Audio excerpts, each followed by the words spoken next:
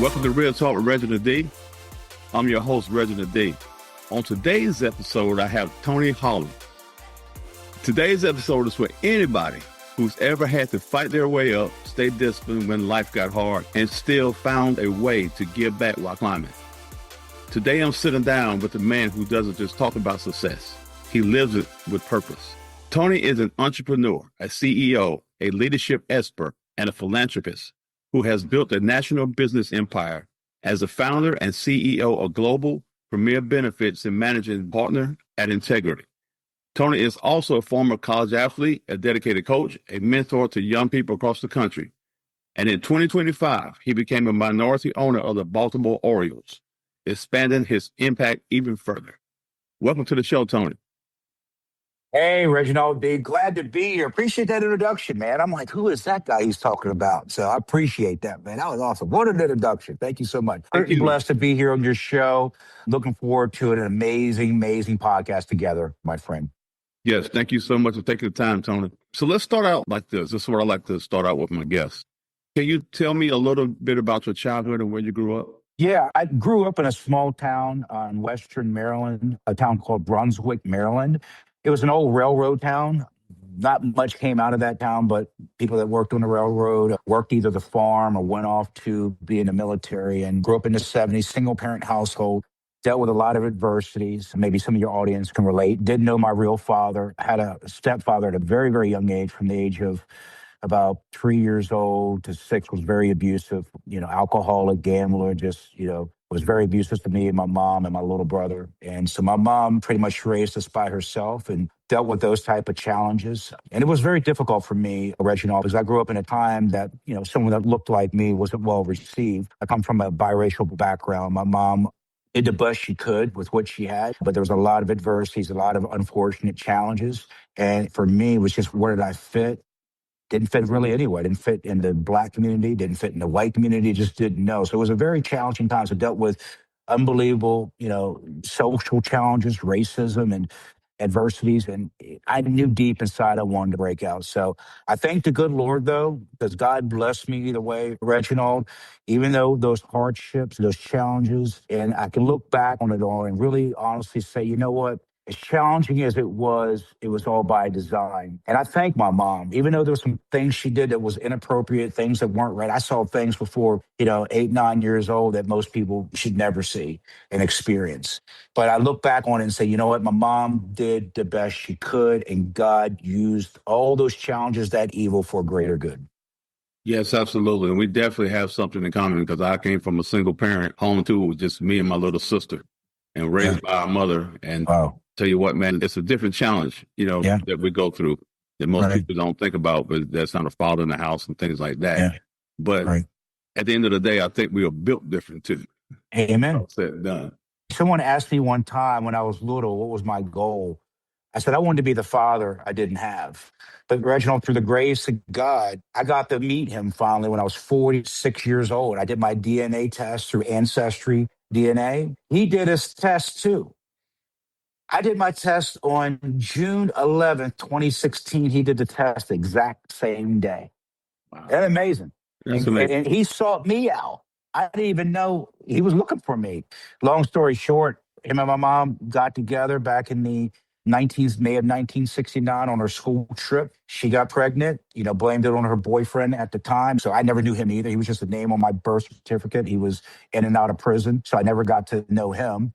But all along, I had this man who was a good man, raised 3 amazing daughters, got married, was still with the same woman. We got to meet 4 months later. He called me on the phone, met with me, only had a few months to live, was dying from all kinds of medical challenges. So we got 14 months together. So I was able to know my history. So my father was actually Sicilian American. My mom was African American. So I at least got the pieces together. So I think that was important for me, Reginald, to be able to know who I was. I thank God for that moment, to be able to at least know the answer. I recommend anybody out there, including yourself, Reginald, if you haven't done it, do that test. You'd be shocked what you find out.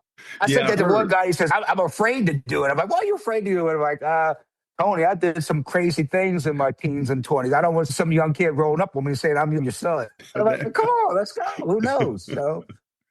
But that was a life-changing moment, Reginald, so I'm honored to be able to share that with your audience. Okay, thank you. Thank you so much. So, Tony, your journey is powerful from working Yeah, multiple jobs and even living out of your van to becoming a CEO and a minority owner of the Baltimore Orioles. Can great. you take us back to that season of your life and what kept you going mentally and spiritually? Blessed enough. I knew at a young age, Reginald, I wanted something better.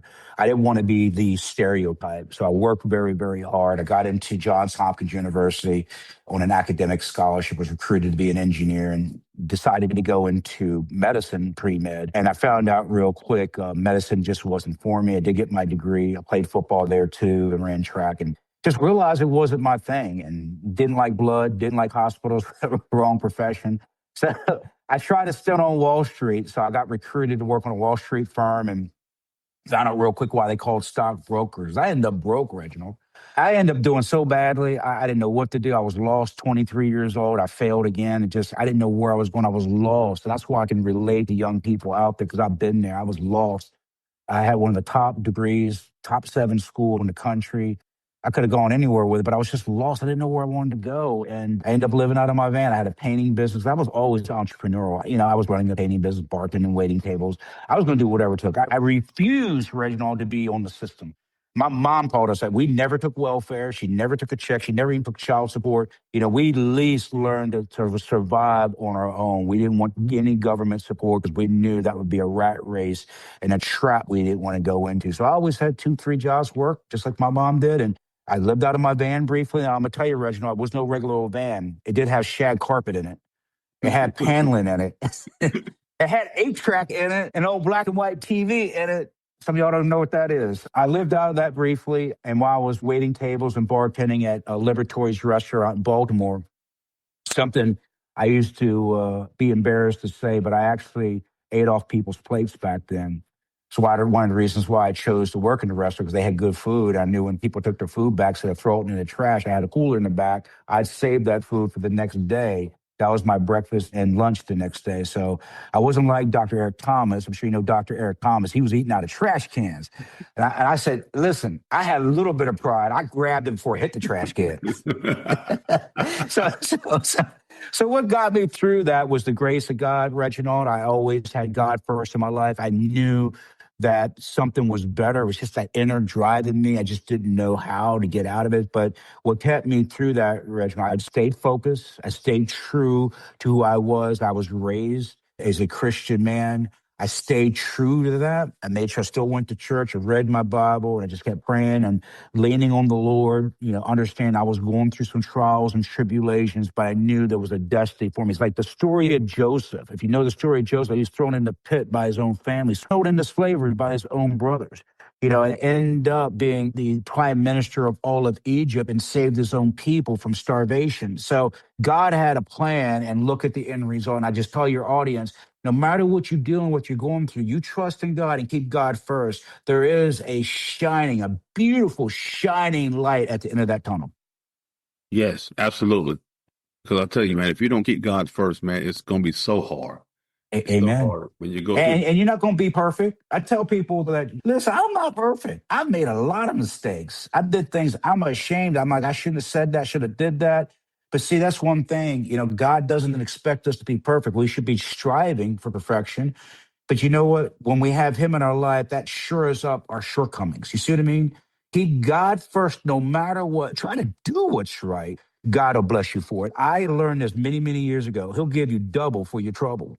One stroke of God's favor can make up for 20 years of mistakes. So if we got some older listeners, you can be the biggest screw up. One stroke of his favor can make everything right. Absolutely. I witnessed that personally in my life. Amen. Yes, sir. So, Tony, you talk a lot about purpose-driven leadership. When do you realize your life wasn't just about success, but about impact? Yeah, I knew at one point in time it was time to transition over, not just to be about me, because at the beginning it was about me. I was making money and doing well. I remember I was the first person in my family in 1994 when I moved. I moved out of that van in 30 days, by the way.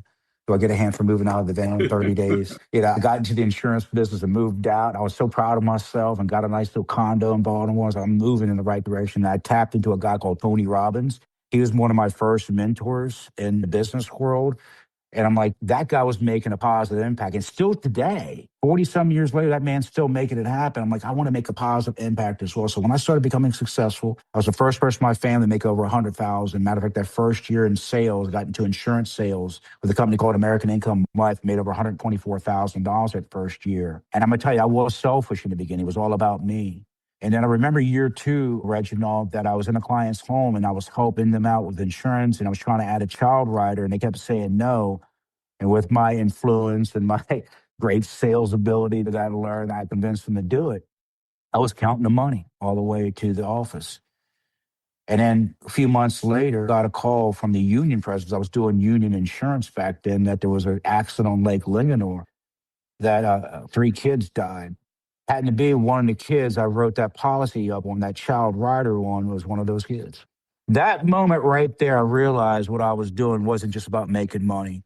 It was about changing people's lives. And then I'm like, you know what? I stopped selling insurance for the money. I started selling insurance to help change people's lives. And I took it to the next level in terms of coaching and working with people and pouring into people. I just did a coaching session this morning and I said, why I do what I do is like a tithe, Reginald. You could tithe money, you could tithe prayer, you could tithe coaching, you could tithe advice.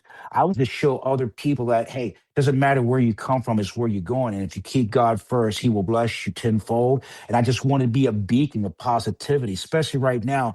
I tell people all the time, Reginald, I want to be a shining light in a dark world. There's a lot of distractions, some of that by design.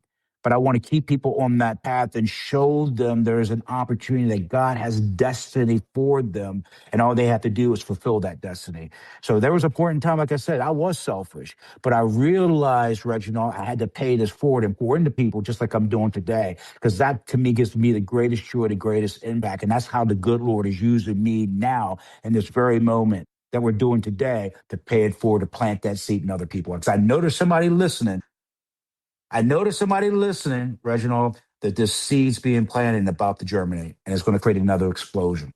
Yes. I always say this, we're only one connection away from an explosion in somebody's life. Why not us be the igniter of that explosion in people that are on this call today? That's it, Tony. And the craziest part about it, people don't understand that's why we were put here, man. Amen. That's why we were put here. All the other stuff is just what it is. You know, it's just what it is. So you poured so much into Amen. mentoring young people. What is the biggest thing you see with today's youth that's struggling? Well, right now there's a lot of distractions, as I was saying earlier. The biggest challenge I see is social media. Big problem. We didn't have that back in our day in the 70s. There was things, but it wasn't like it is now. And they're being pulled in so many directions. And there's so much more. It's amazing how something was created for a greater good. The devil can find a way to use that greater good, try to use it for evil, like television, like the computer, now smartphones, social media. So, that's the greatest challenge now. They're being polluted by the wrong ideology, the wrong thought process. Because whatever we put in, Reginald, and it's like a computer. It's $1 billion computer. Whatever we put in, there's the output that comes out. And right now, you're seeing a lot of the challenges that are going on, especially in the Black and brown communities, is because of defective programming. And it's worse now than ever than when I grew up. Because I got it. I got it from my relatives because they got it from their relatives. They got it from their relatives. They got it from their community. Same thing with me. We were programmed. Now that program is on a whole nother level. And it's sad to see what these kids have to deal with in terms of what's going on that's being planted, those wrong seeds being planted in their minds. So that's, to me, the biggest challenge that's going on right now in today's youth. Yes, absolutely. You hit it right on the head. You hit it right on the head, Tony. So I want to talk about this because this is kind of showing me something. I think about Tony, the football coach, right? Right. Showing me the leadership about you. This is what I'm getting out of it because you are a youth and high school football coach, right, and have won 13 championships, right, and 5 state titles. Right. Come on, man. What's one lesson from coaching athletes that translates directly into success in life and business? Great question, Reginald. I'm proud of those moments. And those championships and accolades really is a testament to, number one, those kids. They're willing to pay the price. Those coaches, those assistant coaches, the parents, the community. It was a team effort. But what it taught me, Reginald, about life, that anything's possible. These kids, I remember one year I took over a team, Reginald. We won all these awards, and I got National Coach of the Year by winning youth football and won all these other awards and accommodate, you name it. And then someone said, Tony, that's great. Why don't you take over a team? They ain't won nothing. So I took on a challenge. I took over a team in 2014 that hadn't won a game in 3 years. I hadn't won a game in 3 years.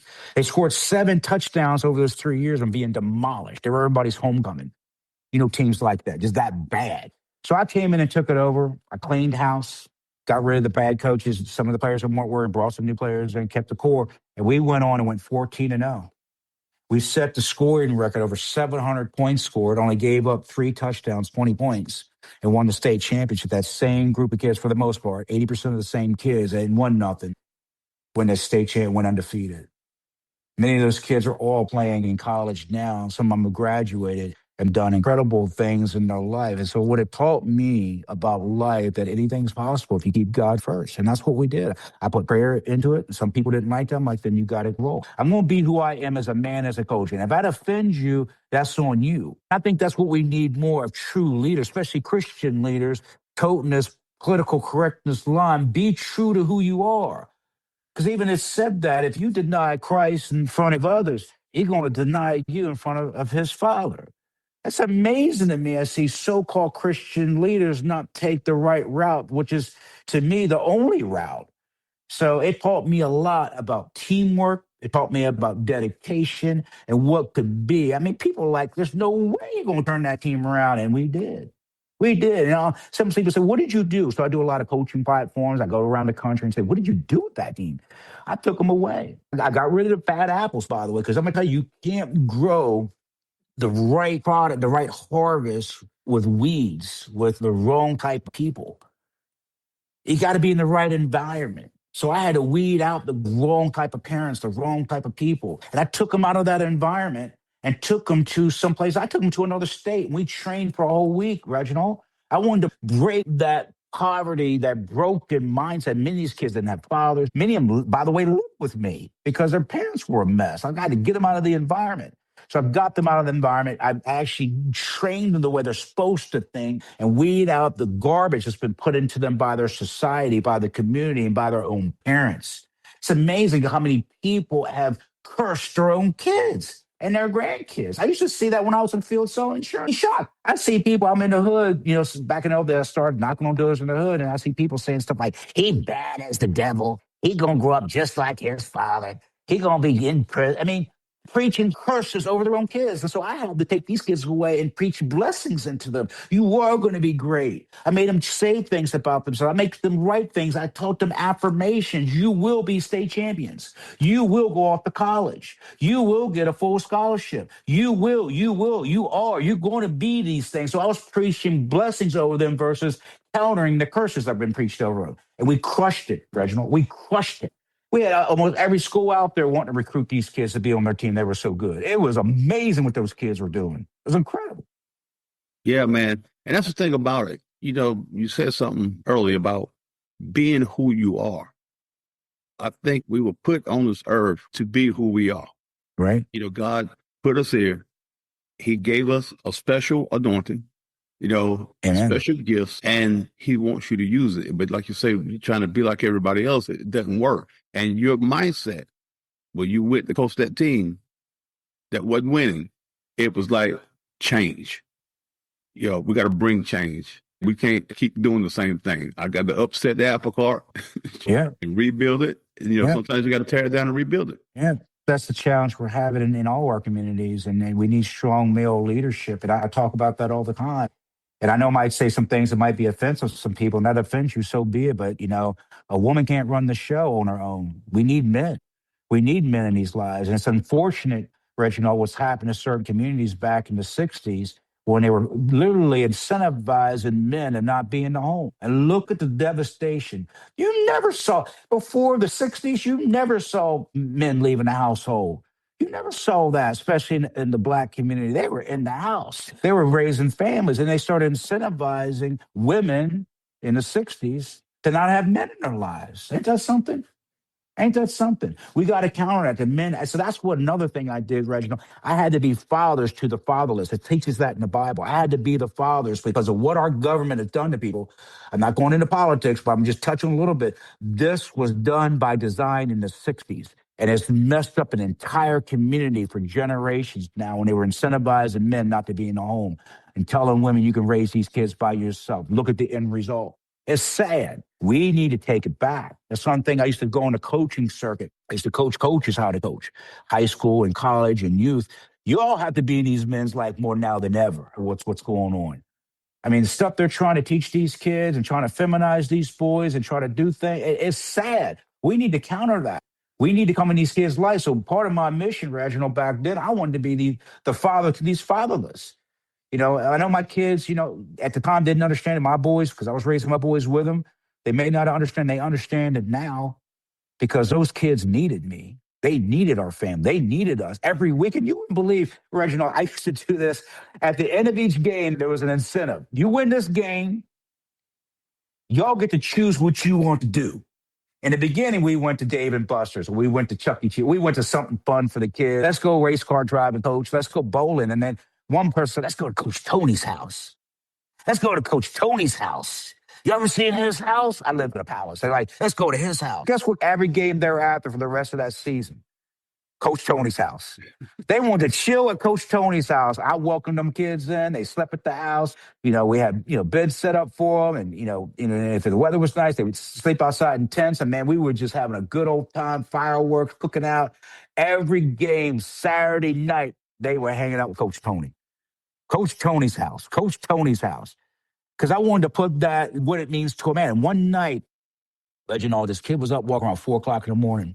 He had the same complexion I did, didn't know his father, mixed heritage. And he pulled me aside and said, Coach Tony. I said, what you doing? He's just walking around the house like this, like he was in a museum. He goes, I ain't never seen anything like, I never seen a man live like this.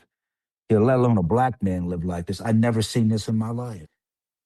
Well, what did that seed do to them? That kid's all playing ball in college. You see what I mean? You never know the impact you're making in these kids' life. I welcomed them into my home and loved on them. See, that's what we miss in this world, these young men, the right kind of male love. To show them discipline, show them work ethic, show them there's a better way to live, that you don't need to take that route. There's a better route for you, and there's a destiny for you that God has in store for you, and you're going to change the world yourself. That's what I was doing. I was building future leaders in our society. And we need more men doing that. We do. And you play football yourself. Yeah. So yeah. Let me ask you this. Did you ever dream of becoming an NFL player? Yes, I did, man. Yeah, I actually got a chance to play pro, but it was Canadian ball, and I turned the offer down. It was for the Baltimore Stallions, and Baltimore had a team there, and they were doing an open tryout. It was a walk-on tryout. I was already selling insurance. I was a pretty good football player. I went to Johns Hopkins. I did okay, but it was like an open tryout, so it wasn't nothing special. I got a phone call, and I said, "What's the pay?" They get $40,000 a year if you make the team. I'm like, "Nah, I'm already making 100 plus. Like, I'm good. My knees need a break anyway." I definitely played football. All you got to do, Reginald, is look at my knees. You can tell what position I played too. So yeah, I did have that opportunity. I had dreams of doing it big, but I realized reality setting God had a better destiny for me. But I do a lot of work and coaching with guys in the NFL, a lot of mentorship there as well, and helping them understand money, entrepreneurship, how to be a man, different life decisions. So I do that on that level as well, Reginald. So, Tony, what's the biggest lie young people are believing right now that's holding them back from their potential? The biggest lie, that's a great question. Great question. The biggest lie is what they can't do. What they can't do. I believe they can do anything they want to do. Whatever is derived in their heart, is born into their spirit, they can do. The word desire, desire is Latin for of the Father. If you desire it, God wants you to have it. The biggest lie I think young people are taught is they can't do this, you can't do this, you can't do that, you just this, you just that. You can be anything you want to be. You can be the next Elon Musk if you want to be. You can be anything you want on this world, on this planet, okay? As long as you keep God first and it's something you desire in your heart and you're doing it for the right reason, God will bless you. And even though I didn't make it to the NFL and didn't play Canadian football, God blessed me in a whole better way. Because sometimes, your audience is to hear this, Reginald. Sometimes that desire has a bigger desire that God has for you than the one that you have to make a bigger, better impact. I had no idea I'd become an owner of the Baltimore Orioles. I had no clue that was going to happen in my life. God opened that door for me. And I got a dream board. I tell people about dream boards. We can do a whole other session on that, Reginald, on another podcast, but you got to have a dream board of things you want, desire in life. You know, my main was I wanted to be the father that I didn't have. So I had a picture of a man and a father. When I was young and single, I had a picture of that. I learned about through Jack Canfield, the author of Chicken Soup for the Soul, about the power of dream boards and Tony Robbins. And I had a picture of the car I wanted, the house I wanted, the woman I wanted, the kids I wanted. I had everything on my dream board. And the good Lord blessed me with that. Every single one on that dream board. But I never had the Baltimore Orioles on my dream board. I had the Baltimore Ravens. I wanted an NFL team. But I'll take the Major League Baseball team. Maybe God is prepping me to get the NFL team. So maybe that's it. So I think that's important, Reginald, to make sure you understand that if it's in you, God wants you to have it. Keep him first. Pursue that goal. Pursue that dream. And you'd be surprised. He may surprise you with even a better dream or goal that he has in store for you. Yes, because his ways is not our ways, his thoughts are not our thoughts.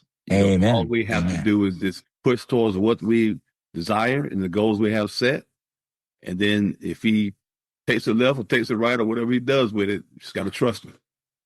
Amen. And I'm going to tell you this too, is make sure people understand where they are and where they're coming from. Whether you're 12 years old, listening to me, or you're 52 years old, you can be 80 years old.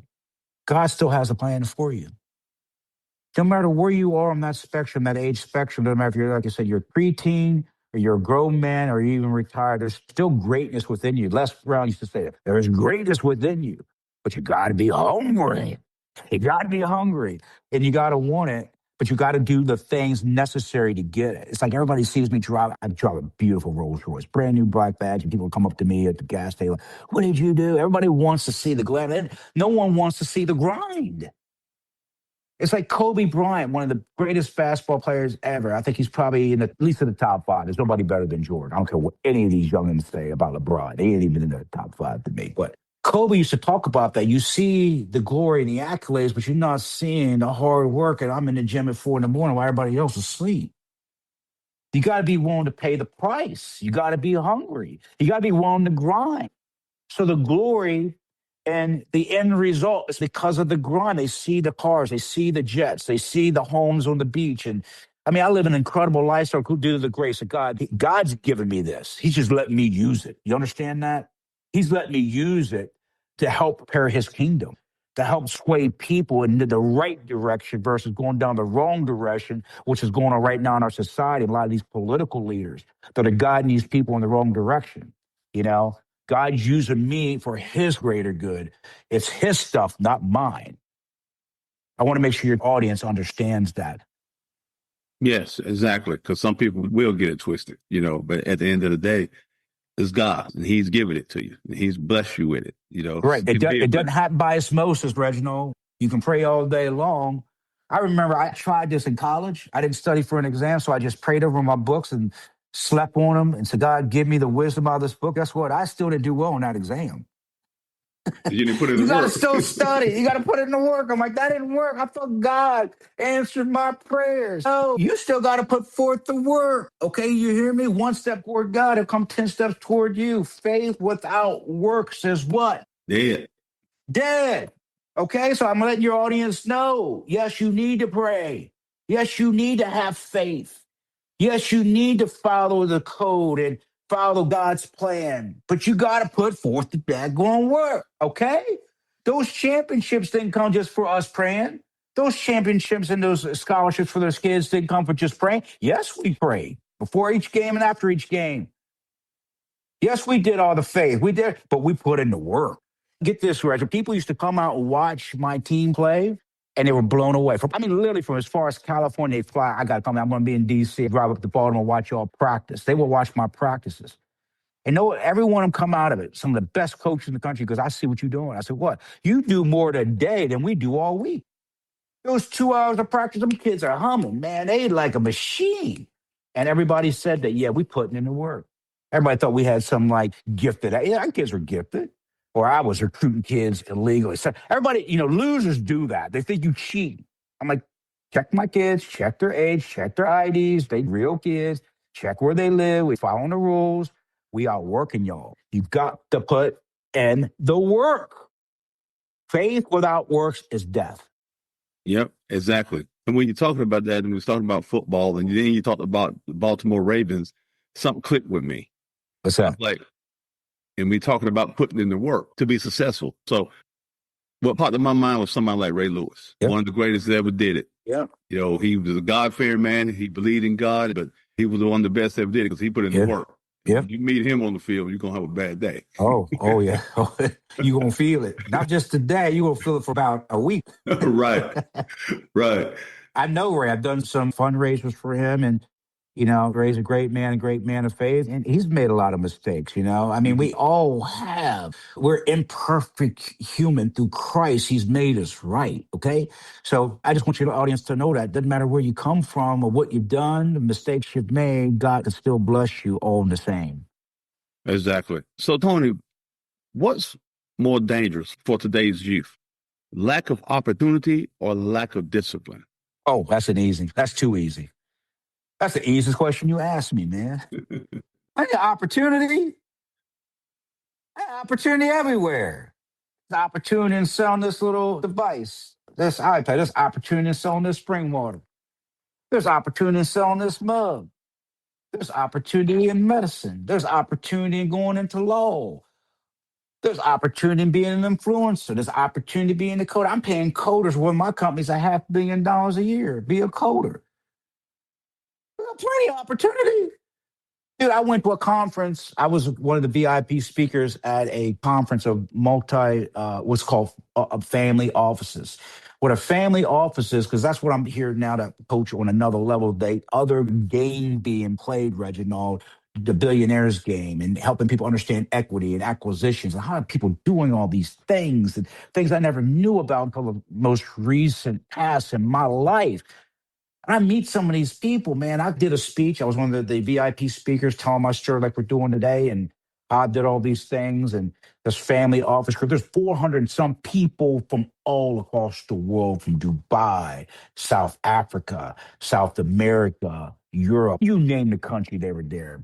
Family office, people running multiple billion-dollar finances for the wealthiest people. Like the Vanderbilt family people were there, and the Rockefeller. I mean, it was just an incredible audience. I'm like, man, I was just like blown away even being their presence. They were the people like us. They figured out the system. That's what I'm here to teach, is the system. There's a system. They know the system. It's still different than combination lock. If you don't have a combination of formula, you ain't open that lock no matter how hard you try. There's plenty of opportunity out there, Reginald. There's plenty of opportunity out there. You just need to know the formula. And it comes down to discipline. So the answer to the question that's easy is discipline. I'm sitting there on it, and everybody's pitching me because they want me to invest in their businesses and their startups, because there were startup people there, wealthy people, billionaires there, and they were like, I couldn't believe some of the ideas I saw. There are people creating all kinds of amazing things. There's almost too much opportunity. What's wrong with you? You could do anything or have anything and be anything you want. There's opportunities being created right now we never even thought of, Reginald.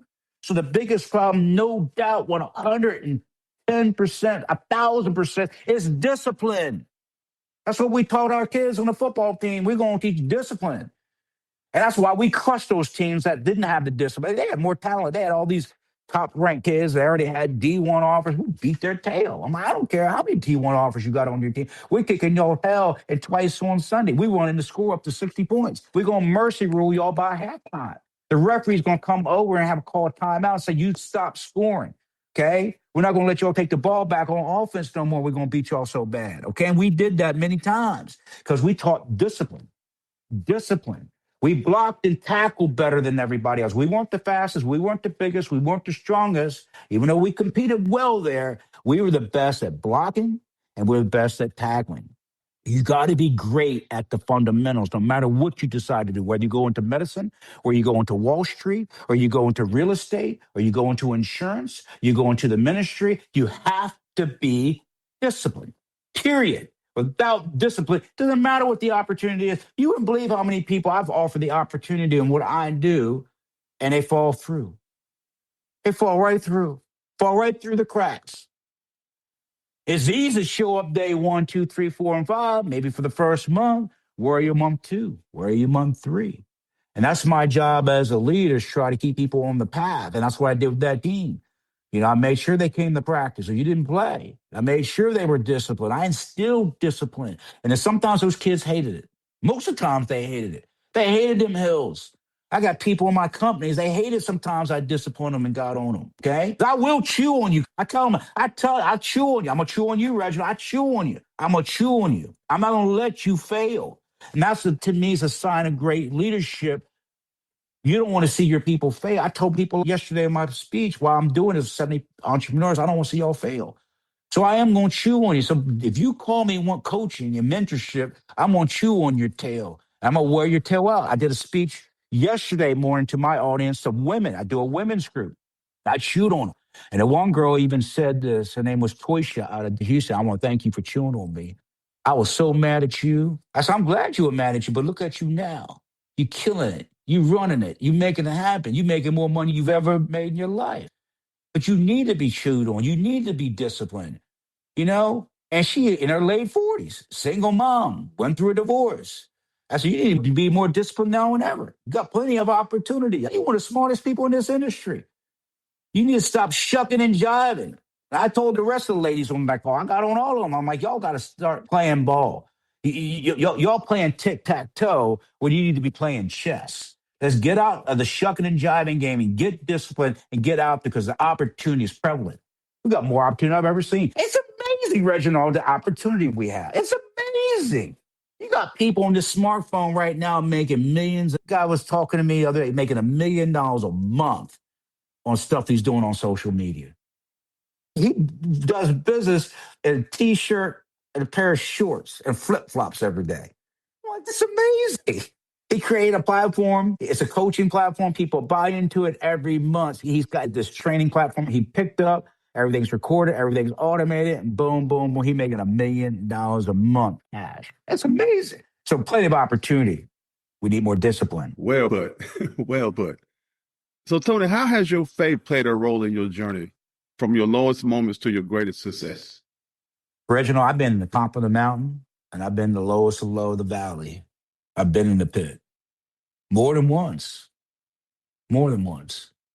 There's times I was brought to tears sitting in the church, just sitting there by myself for hours praying, God, where are you? I remember one time I was going through the hardest time of my life back in 2015, it was. I was with my coaches, in fact. I used to take my coaches on a retreat to get ready for the season. It was in the middle of summer before summer practice. I took them away for a week. I was going through the toughest time of my life. I went out in the ocean. I was screaming at God in the middle of a storm. And people started looking for me. I was in the middle of a storm screaming at God, yelling at him, mad. I was hurting, man. Been hurt. I was hurting. I was crying like you wouldn't really like a baby on the inside. They didn't see it, but I was hurting. I was going through something. And through the grace of God, even through that electrical storm, and I was out there, probably could have died. But I was like, God, you got to help me, And God was always there. In my toughest times, God was always there. And I'm going to tell you something, Reginald. It's so true, man. I'm telling at least a half dozen or so times I've reached that bottom, that pit. From the van, that situation happened in 2015, to some other issues in business that brought me to my knees. Every single time, Reginald, God blessed me out of that.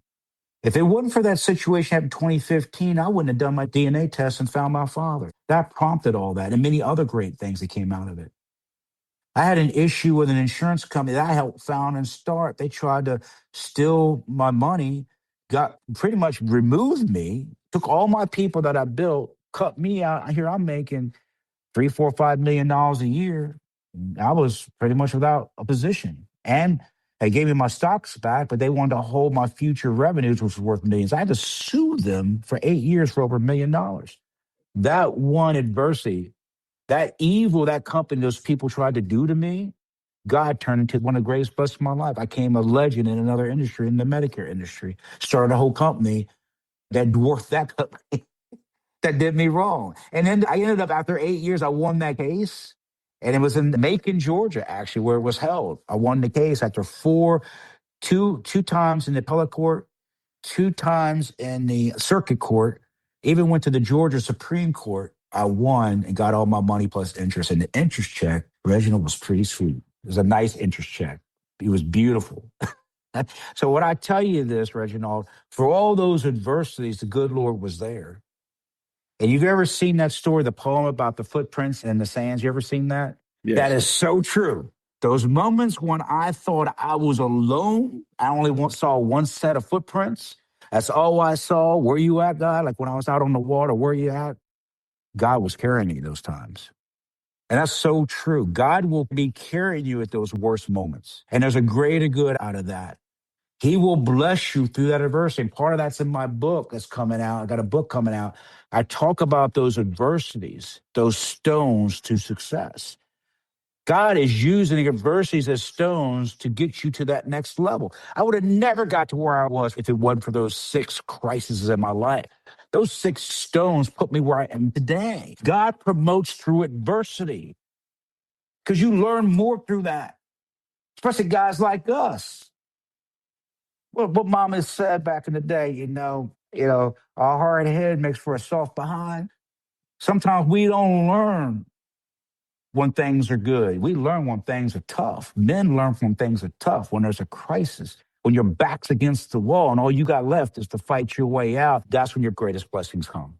So that, to me, right there, perfectly answered the question in terms of what that meant to me. Yes, and I want to go back to what you said about that company that did you wrong, and then you ended up winning and then some. Yeah. God say what he'll do, what he'll make your enemies your footstool, right? Yeah, At the end of the day, so he's true to his word. He did, man, and it's shocking me. They couldn't believe it. I had friends still at the company. Matter of fact, it was a Georgia company down in Thomasville, Georgia, and I was there 10 years, building a dynasty, made that company a lot of money, and they used to talk about me, and they go, we're going to make Mr. Holland bleed. We're going to make Tony Holland bleed. The president of the company, who was the son of the CEO, would always tell people, we're going to make him bleed. Yeah, they made me bleed, all right. It made me bleed. And look what it did. Look what that blood did for me. Through the grace of God, what it did for me. So people couldn't believe it. He said they started to find out I was doing better than ever. They couldn't believe it. See, God will prop you up in front of your enemies. Right? Right. The Lord's Prayer talks about that, right? Psalm 23. The Lord is my shepherd, I shall not want. He make me lie in green pastures. He lead me beside the still waters. He restores my soul. Right? We all know that prayer. Yea, though I walk through the valley of shadows of death, I shall fear no evil, for thou art with me. Thy rod and thy staff, they comfort me. You preparest the table before me in the presence of whom? My Enemy. enemies. That prepares for my head with oil, my cup runneth over. Surely goodness and mercy shall follow me all the days of my life, and I shall dwell in the house of the Lord forever. That's in that prayer, right? Yep. Psalms 23. So many times God will prop you up in front of your enemies. When I was coaching, I was hated by everybody. I had people all over the county coming at me, emails. I had people threaten me at the end of the game. People wanted to fight me. They tried to ban me from a league one year because we were so dominant over those years. Guess what? God kept propping me up in front of my enemies. I kept winning Coach of the Year, newspaper article about this. We just kept doing well. The more they tried to tear me down, God kept propping me up. Isn't that amazing? That's the glory of God. That's how great God is. Even when you have people coming down on you, long as you stay focused, stay on his plan, keep him first, he'll prop you up in front of your enemies. Isn't that amazing? Yeah, It's amazing. It's amazing. So, Tony, what would you say to a young person right now who feels like they don't have the resources, connections, or support to succeed? Well, I was one of them. So I understand that, And sometimes all you got is God. That's it. You and God. I have a quote, me and God versus the world. And there's many times it's been that way. So long as you got God, that's your first resource. He'll provide everything else. You understand that? So if you want it more tangible, get that right. God will open doors up for you. So right now, I remember when I was a kid, going back a little bit, I had to go to the library to learn. Now I can use a smartphone that we're talking on right now to learn. I can get any education where I can learn how to code. I can know how to do M&A deals. I know I can learn how to do acquisitions. I can learn how to do equity deals. I can learn how to do real estate deals. I can learn anything I want on a smartphone now. So the resources are there. And then there's financial resources. I mean, in my business, you only need a few $100s to start getting business. There's many companies out there, you don't need any money. Start where you are and go as hard as you can. And if you're starting a business, you want to be an entrepreneur, they have grants, they have seed funding. There's plenty of resources financially. There's educational resources, there's financial resources, there's spiritual resources at your local church. There's plenty of resources out there. Okay. You need to just I tell people, young people, you need to sit down and decide what do you want. Get a pad and a paper and let God speak through you. I always tell people you got to learn how to pray right and you got to learn how to meditate right. See, prayer goes up and silence and meditation comes down. And some people say, Tony, what am I supposed to pray for? See, I pray for other people to be blessed. I know God's going to bless me. They go, what do you pray for in words? I thank God. I learned this from the great Zig Ziglar. I never say, God, give me the home, and God did it. And God said, God, if it's your will, let it be done. I said, but I want to go ahead and thank you for this home. If it's meant to be, it's up to you. I want to thank you for this car. I want to thank you for this. You know what I do? I learned this from Zig Ziglar, and it's true, Richard. I thank God for all my blessings. So even if you're in a tough situation like me in the van, thank him you at least got a van to be in. At least you're not on the street. At least you got something. Thank God you ate a meal today. Maybe, I had to eat off plate. If someone that didn't like the steak, I ate off somebody's plate. That's okay. But I'm thankful I had that plate to eat off of. I'm glad I had a job. Be thankful. I learned this. When you pray and you thank God for the blessings he's already given you, and no matter you think they're small, your small blessings are big to somebody else, especially living in this country. Do you know how many people in Africa would love to have your blessing, or in South America? There's a reason why they dig in tunnels to come to America, okay? Because it's a mess everywhere else. Don't be brainwashed by all that nonsense that you see with these politicians. And there's one political party has done more harm to the black community, I won't go there, than any other entity. It's that when people step out of it, because I'm a registered independent, you step out of it and see what's really going on. You see what's really going on? We need to be thankful to the good Lord, the blessings you do have, and quit listening to that nonsense. There is a God, and he is real, okay? You are the apple of his eyes. He made you in his own image. He has great things in store for you. Don't believe that crap that you're hearing on those politicians or in the media. Don't listen to that mess. That's a fraud. You understand that? That's deception by design to keep certain people where they want to keep them. I'm trying to show people how to get out of that. Hopefully that was helpful, Reginald, to you. Yeah, definitely. So, Tony, if you could talk to your younger self living in that van today, what would you say? Oh, wow. Hey, that shag ain't so bad. That paneling ain't so bad. That oil that's leaking from the front and the gas from the back, it ain't so bad. The smell's gonna be okay. You're not gonna blow up. I was worried about that. I used to have to jack it up, and I said, at least we have enough gas in it that I didn't lose the gasoline in it. I would say, you know what? It's gonna be all right. God has a plan for you to stay on point. Stay on point. Keep setting your goals. Keep learning from others. That's the one thing. I leverage other people's knowledge, the right kind of people, whether it was in the spiritual world, with great ministers that ministered me in my life, to great coaches, to great business leaders. It's going to be all right. One of the tips I'll give your audience while I was in that van, one thing I did, I remember getting a converter for that 8-track, and I would get cassettes, and I would learn everything I could. I memorized. I committed that whole year, that old self, Reginald, that I don't know any millionaires or billionaires, but I can have them ride beside me while I'm living out of this van. So I was always listening to people that were up here so I can get that knowledge. I had to brainwash myself. So even though I didn't have the right guidance, I sought the right guidance through God and through getting mentors and listening to those cassettes over and over again. So I would say that younger self, that 23-year-old me, that it's going to be okay. You know, God has a plan. He has a destiny. Just stay the course. You know, get rid of the distractions. We talked about that earlier. There's too many distractions and stay focused. It's just like a magnifying glass.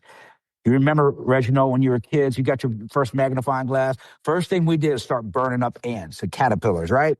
And then you had some firecrackers, right? If you did this with a magnifying glass, you kept moving that all over the place. Did you ever take fire? Nope. Couldn't get anything to start. But you not only had to hold it still, you had to focus it where that point hit the spot, right? That's the same thing in life. You got to focus your energy, focus on that light, and harness.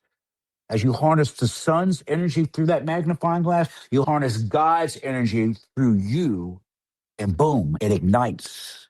You create the life of your dreams. So, prayerfully, that was a message that falls on good ground with your listeners. Yeah, that was great. You're welcome, brother.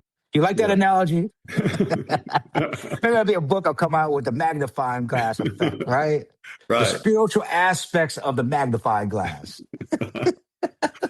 So, Tony, let's go back real quick. So the band had a black and white TV in it, right? Yeah. Did you have cable? No, cable. I no cable. No, we had rabbit ears. Remember the rabbit ears? Yeah. And we put aluminum foil on the edges so we get the reception better. And we used to change the channel with a little pair of pliers because the knob would always fall off, right? So you had that little needle nose pliers to change the channel. That's what we had. I had no cable. Rich people had cable. So, Tony, this is what I have. I have what I call quick fire questions. Go ahead, brother. All right. Let's have a little fun on this. Let's do What's one hard truth about success that people don't want to hear but need to hear? Watch the people that you welcome into your circle. Got it. Not everybody is there for you and for the right reason. Watch you out in your circle. Got it. What's one word that defines a young leader who's built to win? One word, built to win? Dominant. What is the ripple effect? Oh, the ripple effect, that when you make an impact and you focus and harness that energy, it's like dropping that rock into the pond. It creates a ripple effect. Your energy, your synergy, you're like a catalyst that can transform not only your neighborhood, the community, your state, but transform the world. That's the ripple effect. That positive impact is the ripple effect. Got it. So how does keeping God first influence your mindset of lifting others up as you climb up? Well, we're part of a community, not just a physical, but a spiritual community. You know, and as I lift others up, it actually does lift me up because, you know, they have a saying, you know, rising tides lift all ships. In my main office in Dallas, we have a actual painting and artwork of that, of rising tides lift all ships. See, there's two types of great leaders in the world. There's those that tear people down to make them look bigger. And there's others that raise people up so they get up together. Rising tides lift all ships. So by me pouring into others, leading with God first, we all can get there together as a community, as a team, as an organization. Just like those state championships and those 13 straight championships, league championships. We did it together as a team. If you block and you tackle and you catch, okay, you do your part, together we win as a team. So rising tides will lift all ships. So be keeping God first and leading with a God first mindset and having others do the same, we can lift each other up together. Pray that was the answer that you were hoping for, my friend. Yes, that's great.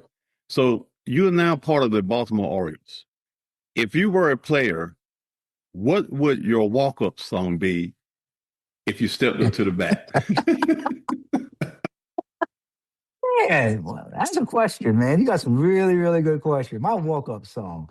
Well, when I was a little kid, my mama would take me to football games and played for a little pee-wee football team they call it midget football.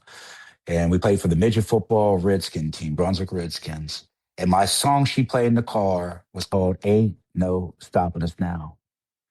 Ain't no stopping us now. We on the move. That was my song. That'd be my walk-on song. Ain't no stopping us now. Ain't no stopping us now.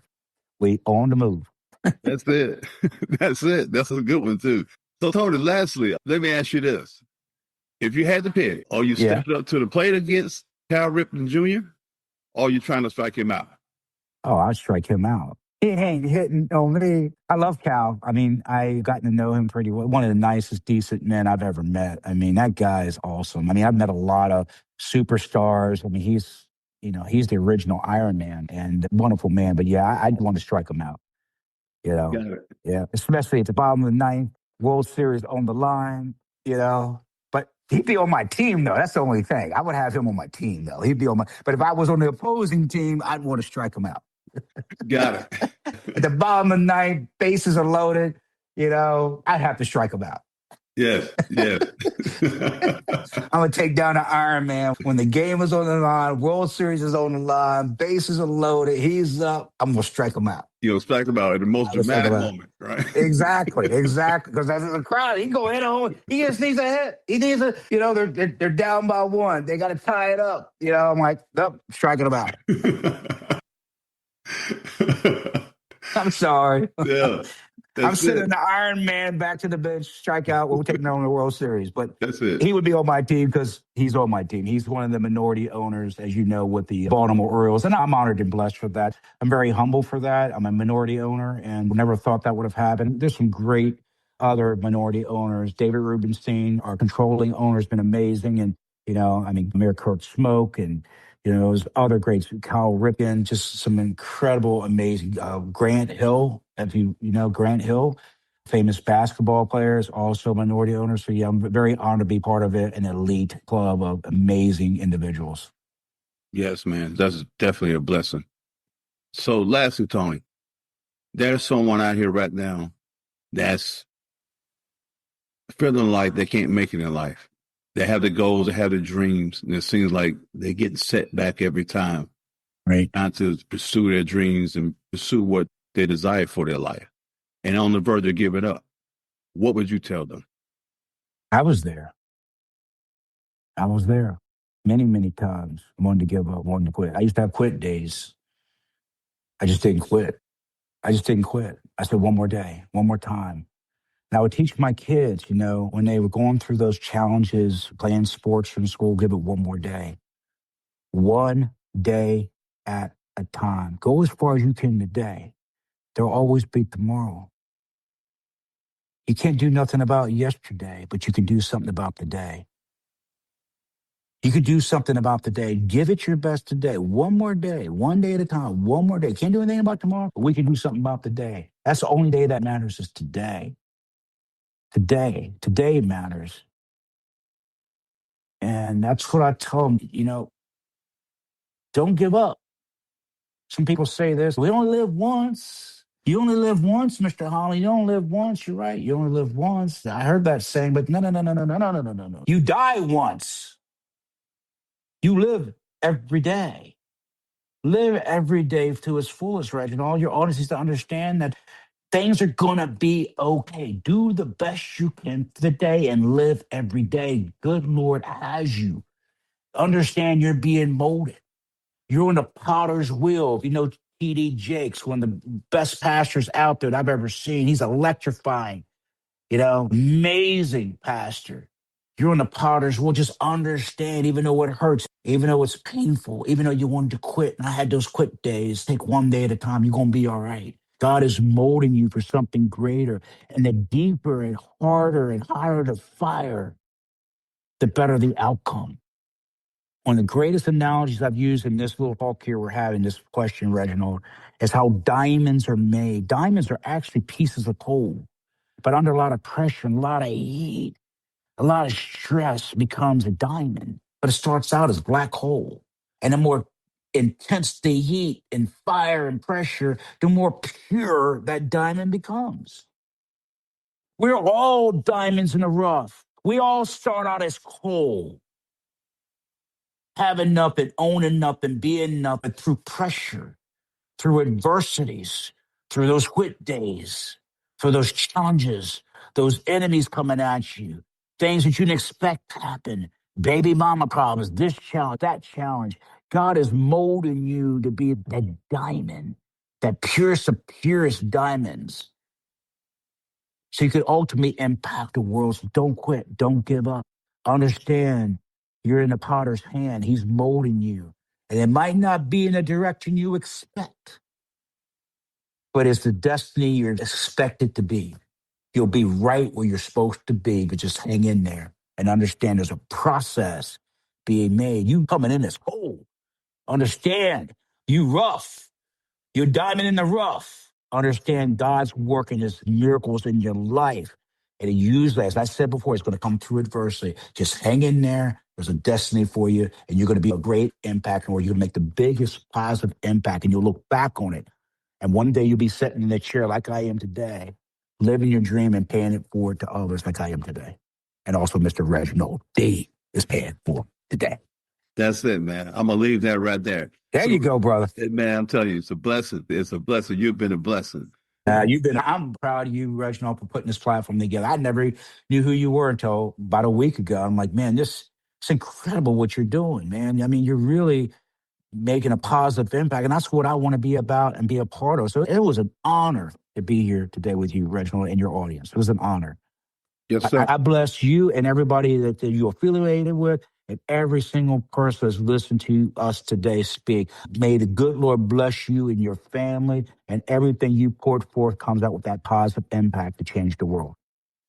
Absolutely. Same here. So lastly, how can people follow you? I know you got a new book coming out. What do you want to tell us?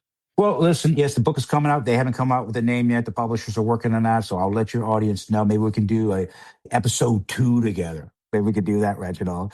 But they can find me. They can go to my Instagram site and they can DM me there. The Tony Holland, Holland, like the country. The THE, Tony, TONY, Holland, HOLLAND. And I actually take personal phone calls. People are shocked. I give out my cell phone number. And people shocked I even pick up, Reginald. And I will chew on you if you want Coach Tony in action. I'll bring it. You'll be shocked what I say to people. And they cut it out that fun. I did one this morning because I can't believe you poured into me like that. I will pour into you if you want it. I'll give you everything I got. If you need enlightenment, you encouragement, you need prayer, I'm always there. I have no problem helping people that are in need of help. And we need more of that in this world. And you can also find me on YouTube. I have a YouTube channel. You can check out my company, Global Premier Benefits. It's there. I mean, all you got to do, I feel like that Kurt Signetti. Google me. Google me. That's it. All right, brother. That's it. All right, Tony, man, I appreciate you, brother. Appreciate you, sir. God bless. God bless you, too. Yes, enjoyed it. Thanks for listening to Real Talk with Reginald D. If you enjoyed listening to Real Talk with Reginald D, please rate and review on Apple Podcasts. See you next time.